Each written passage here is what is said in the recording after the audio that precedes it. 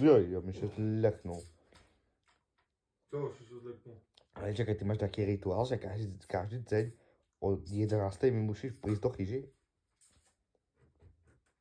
Co, nikto sa tam neskrýva, co? No, či tu nemáš takú ženu. Co by ty robila? Co myslel? No, synu. Linku ma objednali. Čakaj, ty máš slnečné okuliare, alebo čo, že hore ich máš?